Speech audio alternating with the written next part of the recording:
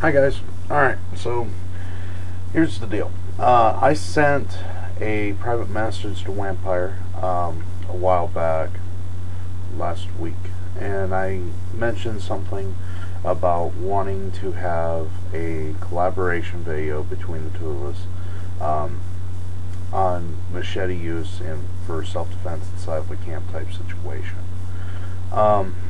Basically the idea is this: when you're in camp, there's always going to be somebody with a machete.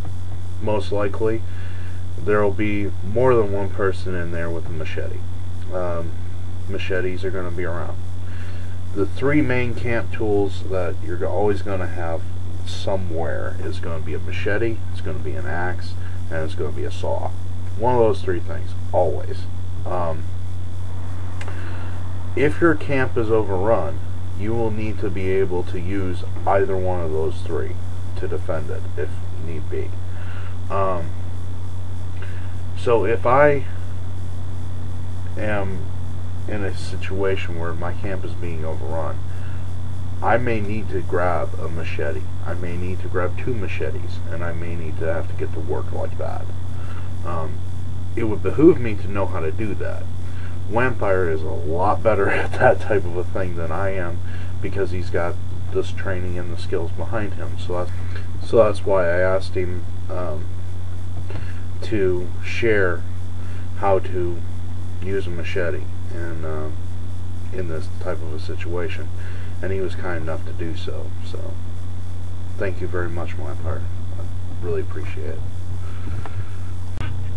With the sheath that I have here, it's an old military surplus OD green rubberized plastic. It's got the drain hole at the bottom. It's got multiple drain holes on the sides.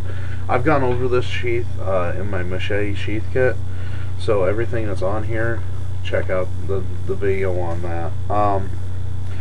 And it's actually sturdy enough that I can put a sheath kit, an actual survival kit, on the sheath itself. So that's something very good to have.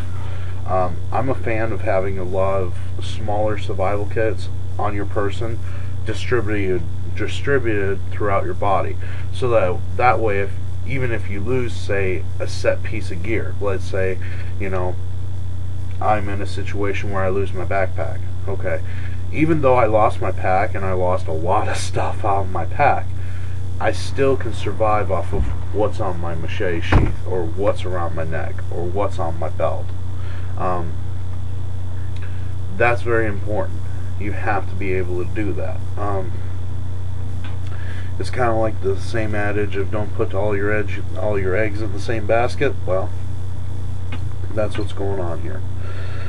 So anyway, that said and being done, we're going to get started on sharpening the machete, and I'm going to show you how we do that and the proper way of doing that.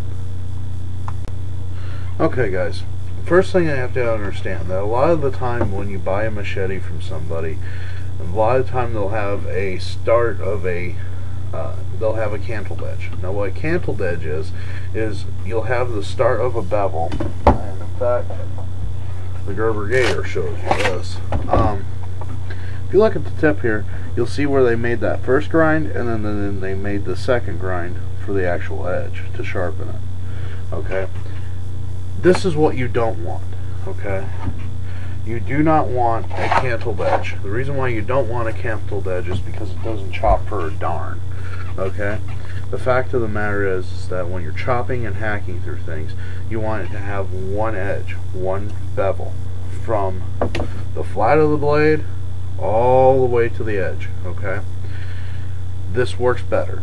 Okay, you don't see a cantled edge on an axe because it doesn't work. Well, if you wouldn't see it on an axe, why the heck would you want it on your machete? Okay, this is how we sharpen a machete. Okay, we find our angle that we want, and I'm going to see if I can get things to cooperate with me here. I find my angle that I want.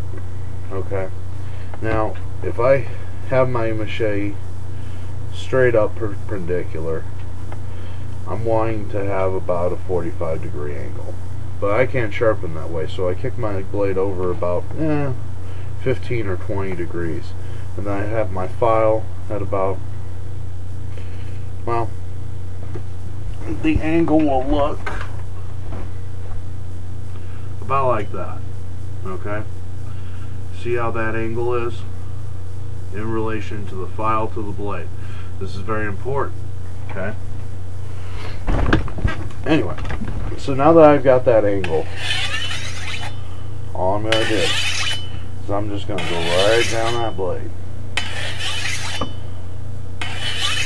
Now I'm showing you how to do this with a file first, because this is the primary way of sharpening your machete. Flip it over, same angle, repeat. Okay? And just by doing that, you can put a razor edge on a decent machete. Okay? Just by doing that. When you get ready to work the tip, keep the same angle. And just work it.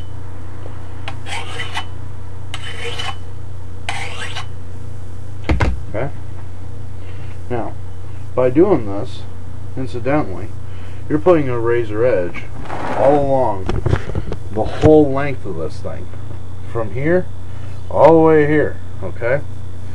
Now, why you want a razor edge? Well, not only is it better to chop through things, but I may need to use this as a draw knife. Okay? For making bows or bow staves or whatever the heck I've got it for camp tours, for camp chores. Do not waste the money in buying yourself a second draw knife. Okay? They're like 30 bucks, and and that's the cheap one from Mora. Don't waste the money. Just use your machete, sharpen it correctly, use your machete, be happy. This is honestly the best machete I own, because it is everything that it needs to be.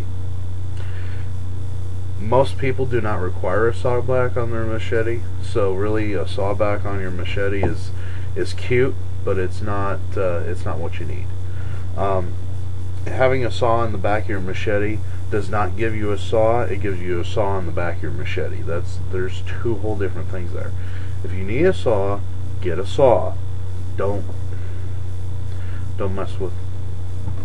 Save yourself the time. Seriously, save yourself the time.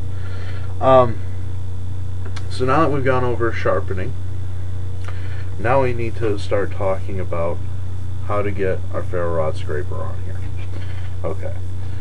Now, to scrape a ferro rod, you have to have a hard 90-degree edge or a hard 90-degree angle on something to scrape that off. Okay. So what I'm going to do is I'm just going to grab the back of this machete spine here.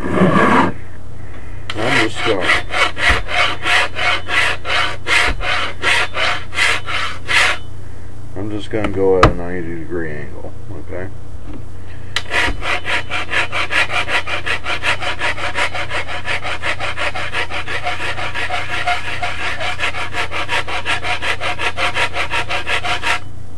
Okay.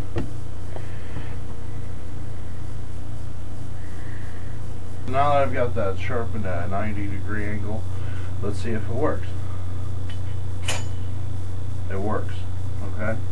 Basically, the idea is, with that hard 90-degree angle, you want to have about a 15-degree angle on the rod, because you want to scrape metal and material off of the rod.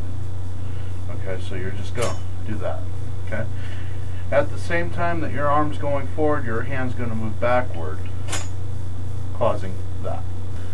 I appreciate your comments. I appreciate your views. I appreciate your time. Defend your homes wisely.